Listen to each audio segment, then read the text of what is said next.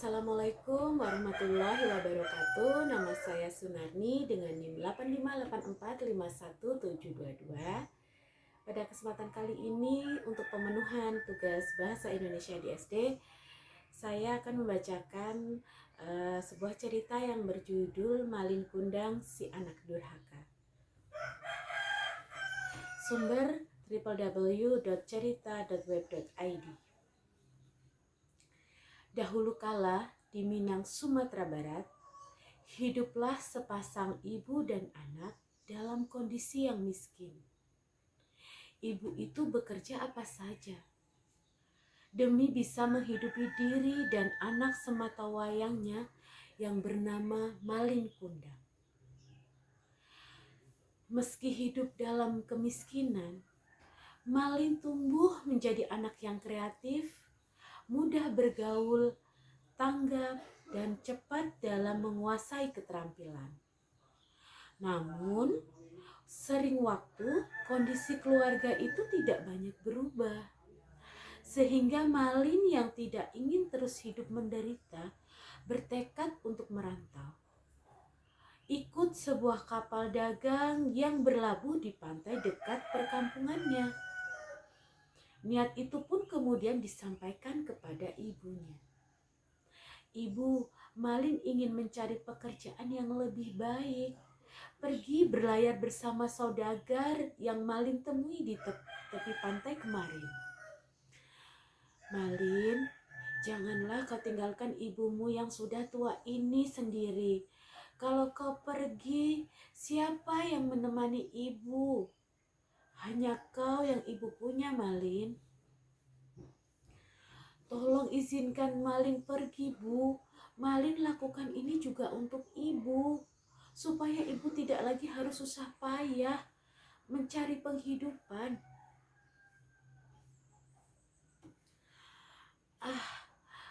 Kau membuat ibu sulit untuk memutuskan.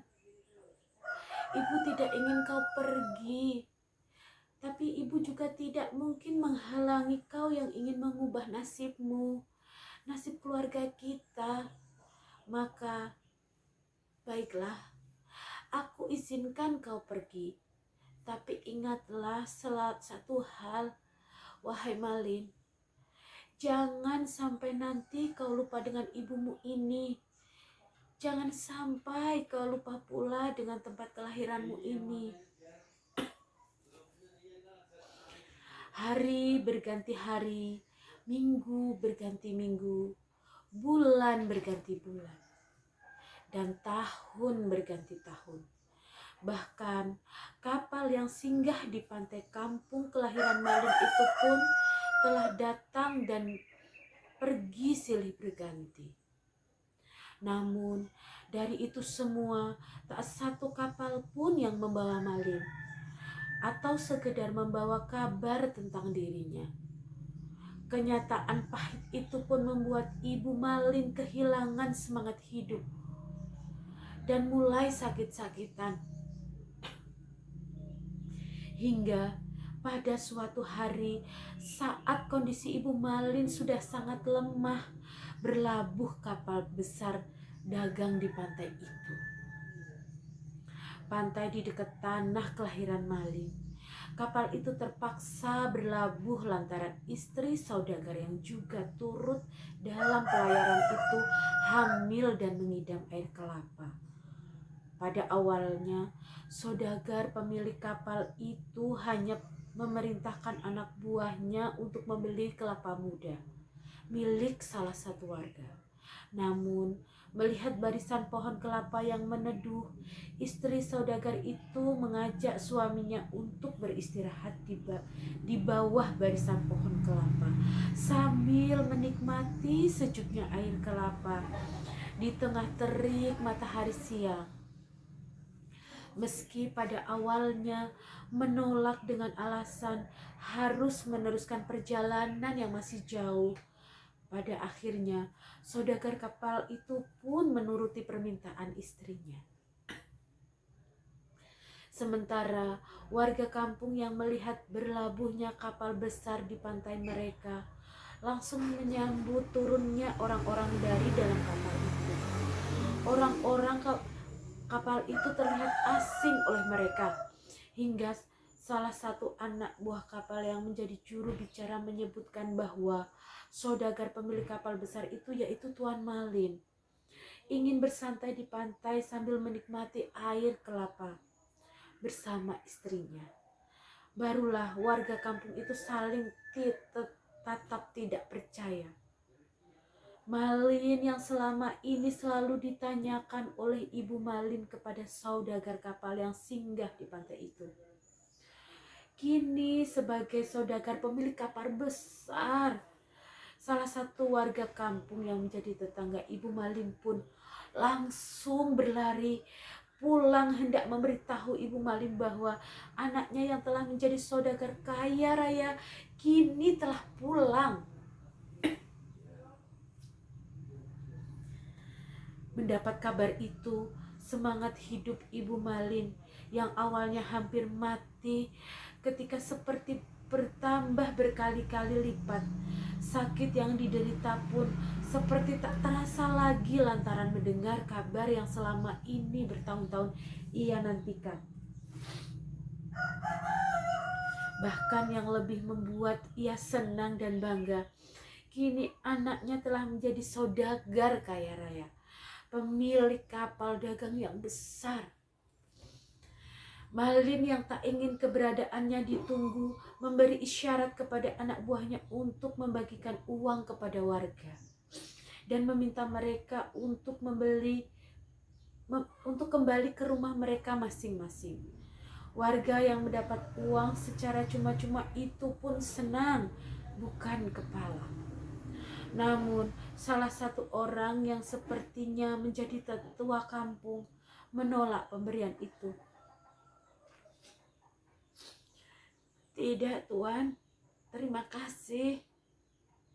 Saya hanya ingin berbicara dengan Tuan Malin barang sekejap. Boleh saya menemui sekarang, Tuan?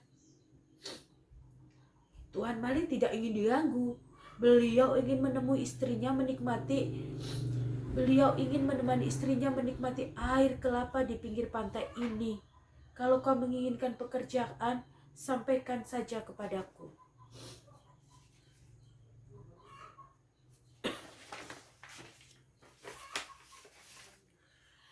Tidak, Tuan. Bukan itu keperluan saya. Saya juga tidak bermaksud mengganggu. Saya hanya ingin menyampaikan hal penting kepada Tuan Malin secara langsung. Saya mohon, Tuan. Baiklah. Tapi kalau sampai kau membuat Tuan Malin merasa terganggu, aku tidak akan segan menghajarmu. Tidak, Tuan, tidak. Justru ini akan menjadi kabar gembira untuknya. Orang yang menjadi juru bicara kapal itu pun lalu menghampiri Malin yang sedang berjalan dengan istrinya di tepi pantai. Beberapa saat kemudian, juru bicara itu pun memanggil tetua kampung dan memberi isyarat agar segera menyampaikan keperluannya, lalu lekas pergi. Tentu, tetua kampung pun langsung mengangguk-angguk dan berlari kecil menyampaikan keperluannya, lalu lekas pergi. Tetua kampung pun langsung mengangguk-angguk dan berlari kecil menghampiri Malin dan istrinya. Melihat tetua kampung yang tentu ia kenal, Malin berusaha untuk tetap bersikap tenang. Maaf Tuan Malin, tidakkah Tuan Malin ingin menemui Ibu Tuan Malin? Bertahun-tahun Ibu Tuan menanggung, rindu ingin bertemu dengan Tuan. Mendengar itu wajah Malin pucat seketika, sementara istrinya pun tak mampu menahan rasa kagetnya. Apakah Kakanda masih memiliki ibu? Mengapa Kanda tidak pernah menceritakan itu pada Dinda? Tanya istri Malin heran. Malin hanya bisa terdiam. Ia gelisah. Takut kalau istrinya mencampakkan dirinya setelah tahu bahwa ia berasal dari keluarga miskin yang tinggal di perkampungan pesisir.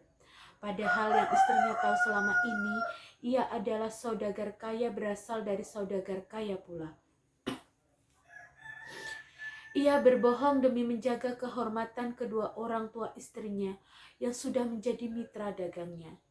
Ya, waktu itu Malin sudah menjadi saudagar yang bermitra dengan orang tua istrinya. Ia berusaha menjadi saudagar berbakat kerja kerasnya. Ia berhasil menjadi saudagar berkat kerja kerasnya. Bahkan, ia pun bisa memiliki kapal dagang meskipun dengan ukuran yang tidak terlalu besar. Namun, dengan status saudagar yang telah ia sandang, ia tetap tidak akan bisa menikahi istrinya karena tradisi yang berlaku itu tidaklah pantas seorang saudagar kaya raya berbesan dengan orang yang bukan saudagar kaya raya pula. Menyadari kuatnya tradisi itu, jadilah Malin berbohong demi bisa menikahi wanita yang telah menawan hatinya, putri mitra dagangnya sendiri.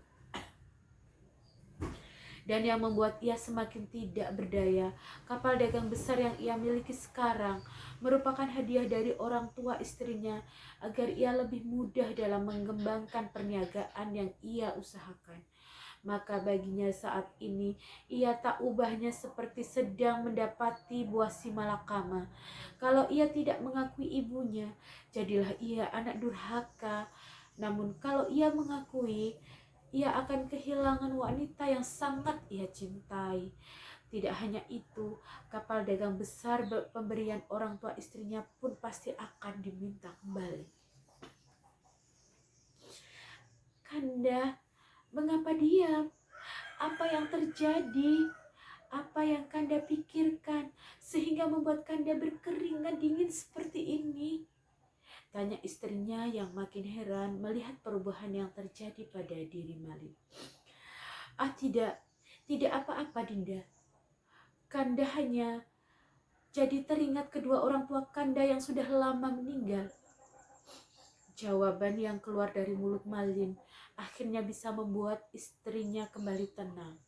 Namun, tidak begitu bagi tetua kampung. Ia tersentak seketika mendengar pengakuan Malin yang tidak disangka-sangka. Tidak, Tuan. Tidak, Tuan Malin. Ibu Tuan masih hidup. Ayahanda Tuan memang sudah lama meninggal sejak Tuan masih kecil. Tapi ibunda Tuan masih ada. Masih menunggu kepulangan Tuhan. Papar tetua kampung penuh iba. Hei, apa kau tidak dengar ucapan Tuan Malin tadi? Tuan Malin sudah lama tidak memiliki kedua orang tua. Bentak juru bicara kapal.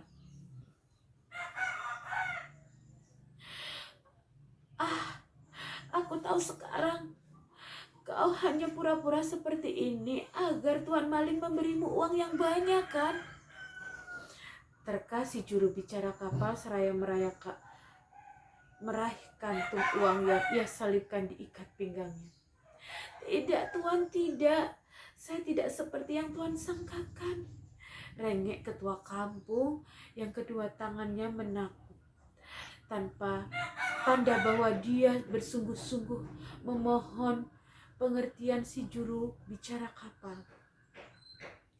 Si juru masak yang merasa sudah memperingatkan tetua kampung yang tidak mengganggu tuannya agar tidak mengganggu tuannya, langsung berusaha menjauhkan tetua kampung dari tuannya.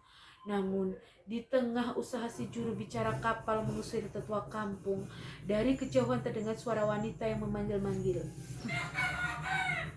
Malin, Malin Kundang, anakku, kaukah itu? Ibu sangat merindukanmu. Kemarilah ini ibumu. Seketika Malin pun kaget bukan kepalang.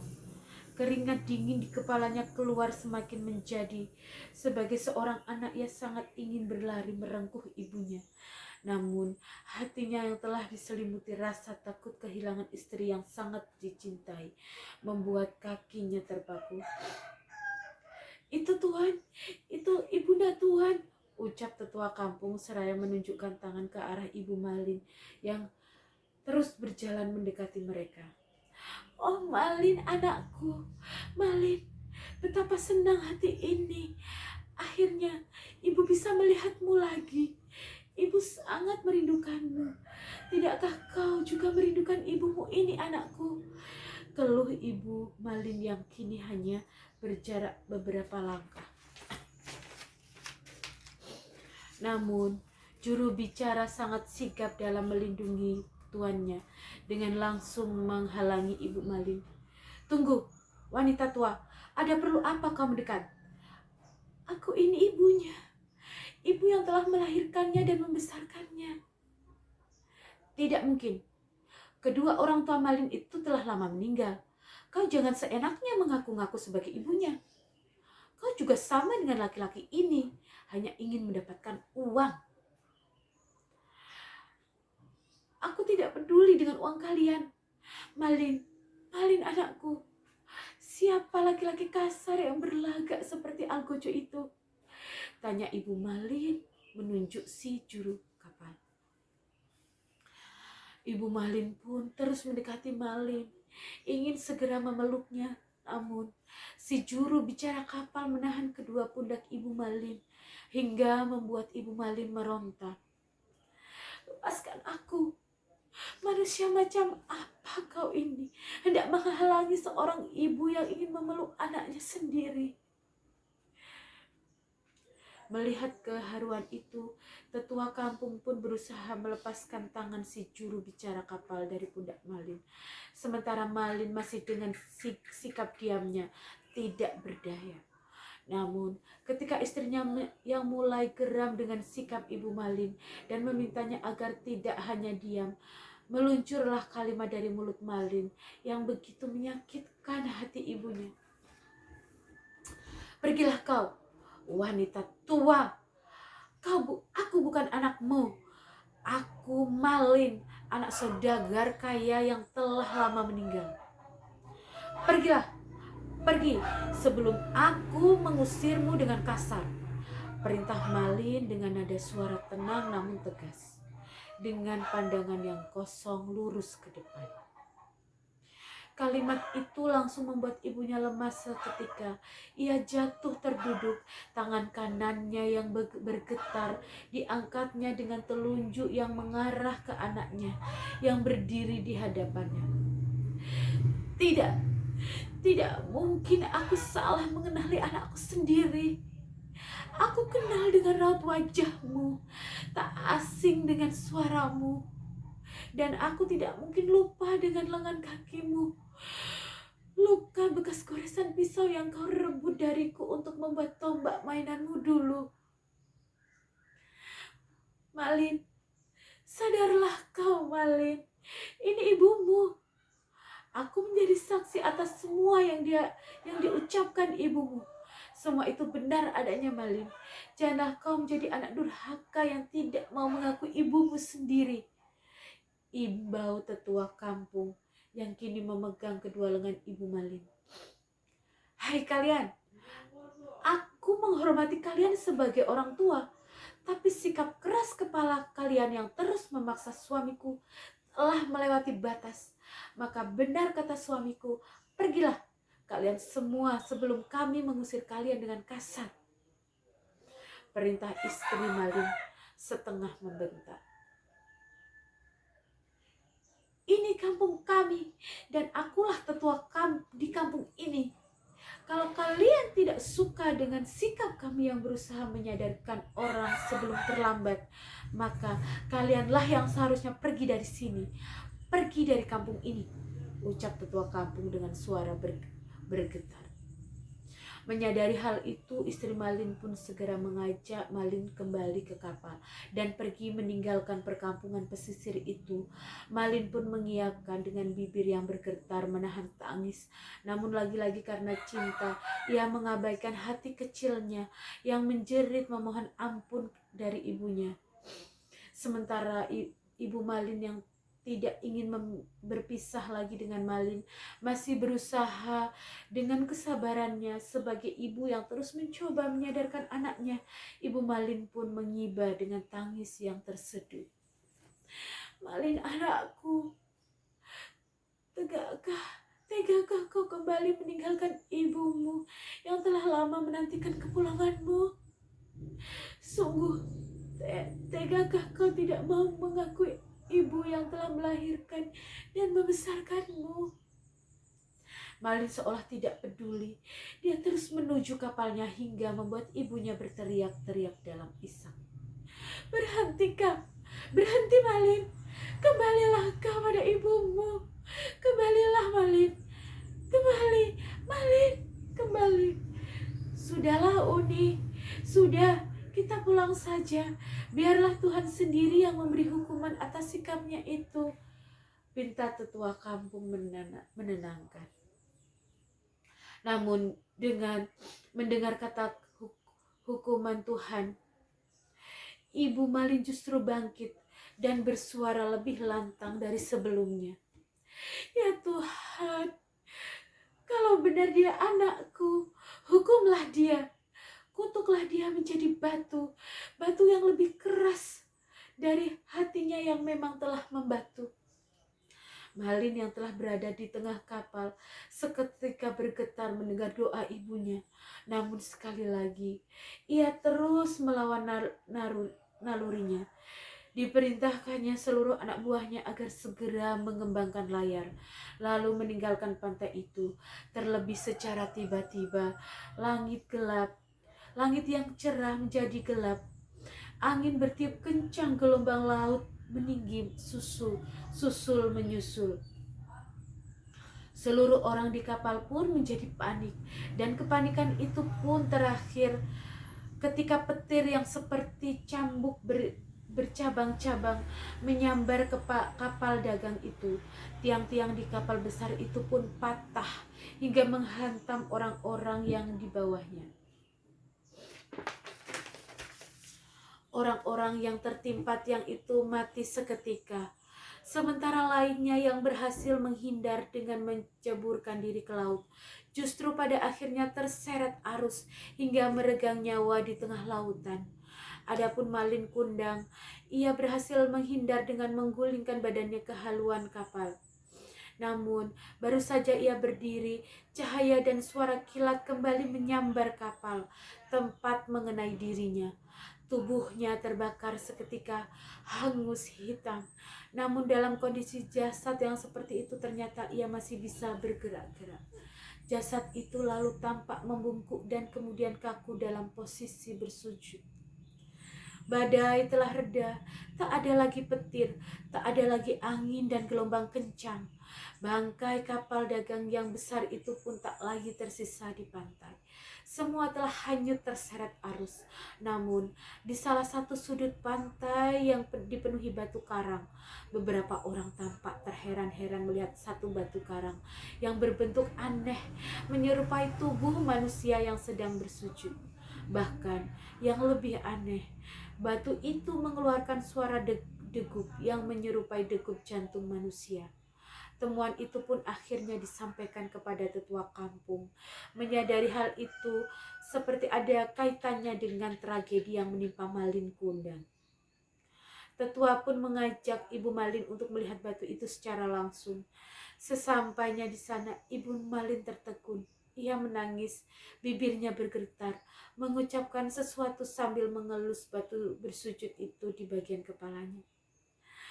Aku mengampunimu, anakku, ucapnya lirih yang seketika membuat suara degup itu berhenti.